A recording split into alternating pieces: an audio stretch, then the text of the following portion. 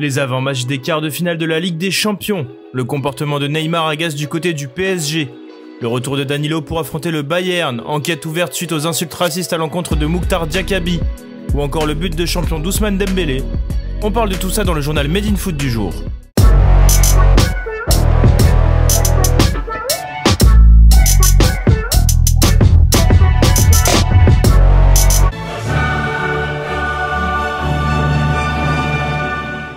Le mardi rime avec le retour de la Ligue des Champions.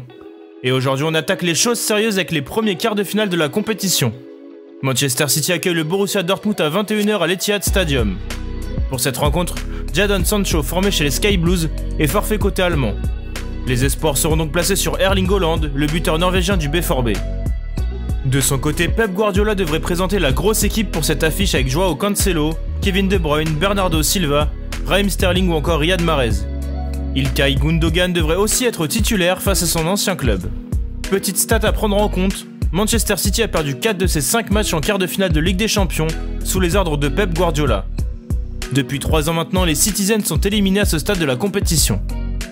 L'autre affiche de Ligue des Champions est du côté de l'Espagne, où le Real Madrid reçoit Liverpool.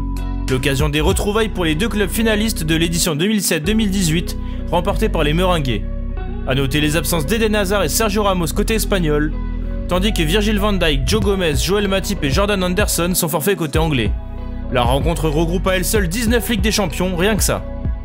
La petite stat du match, le Real a remporté 8 de ses 9 derniers matchs allés de phase à l'élimination directe. La seule défaite remonte à 2019-2020, avec un revers 2-1 face à Manchester City. Expulsé pour son retour sur les pelouses de Ligue 1 face au LOSC samedi, l'attaquant du Paris Saint-Germain Neymar commence à agacer en interne à cause de son attitude. Ce n'est pas la première fois que le Brésilien se fait expulser dans les derniers instants d'un match. En effet, les 4 fois où il a été expulsé sous le maillot du PSG, contre Marseille 2 fois, Bordeaux et Lille, cela s'est passé dans les 5 dernières minutes de la partie, et toujours sur le coup d'un énervement né d'une forme de frustration. Ce comportement commence à agacer sérieusement en interne. D'après les informations de l'équipe, certains de ses coéquipiers s'interrogeaient en privé de l'attitude de l'ancien joueur de Barcelone au Parc des Princes, sans pour autant discuter avec le principal intéressé. Les joueurs du club de la capitale remettent en question la capacité du numéro 10 à contrôler ses émotions dans les moments importants, sur et en dehors du terrain. Cette séquence a réellement agacé en interne, car les membres du club parisien regrettent que Neymar n'apprenne pas de ses erreurs. Côté terrain, Mauricio Pochettino sait désormais avec certitude sur qui il va pouvoir compter pour affronter le Bayern Munich mercredi en quart de finale aller de la Ligue des Champions. L'entraîneur parisien devra comme prévu faire sans Bernat, toujours en phase de reprise, mais également Verratti et Florenzi, positifs au Covid. Mauro Icardi, lésion à une cuisse, poursuit son travail de rééducation et ne voyagera pas en Bavière. Tout comme Layvin Kurzawa touché au mollet. Enfin, Leandro Paredes est suspendu pour ce quart de finale aller de la Ligue des Champions. Danilo, qui a participé à la séance ce lundi après sa contusion au mollet gauche, a lui été intégré au groupe et sera présent en Allemagne. Le président de la Liga, Javier Tebas, a annoncé ce lundi l'ouverture d'une enquête après l'incident à caractère raciste impliquant Juan Cala et Mouktar Diakaby, survenu dimanche dans le match entre Cadix et Valence.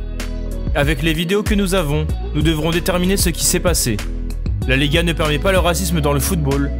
Juan Cala, quant à lui, devrait s'exprimer ce mardi en conférence de presse suite à ces accusations. Barcelone croit de nouveau au titre. Hier, le FC Barcelone a dû s'employer pour venir à bout du Real Valladolid 1-0. Les Catalans, qui ont évolué en supériorité numérique lors du dernier quart d'heure de jeu, sont parvenus à arracher un succès capital dans les ultimes secondes grâce à Ousmane Dembélé. L'international tricolore, à l'affût d'un bon centre déployé par Frenkie de Jong et prolongé par Ronald Araujo, a fait mouche du gauche depuis le second poteau à la 90e minute. Grâce à cette victoire à l'arraché, les Barcelonais remontent à la 2e place et ne sont plus qu'à 1 point de l'Atlético Madrid, en grande difficulté ces derniers mois.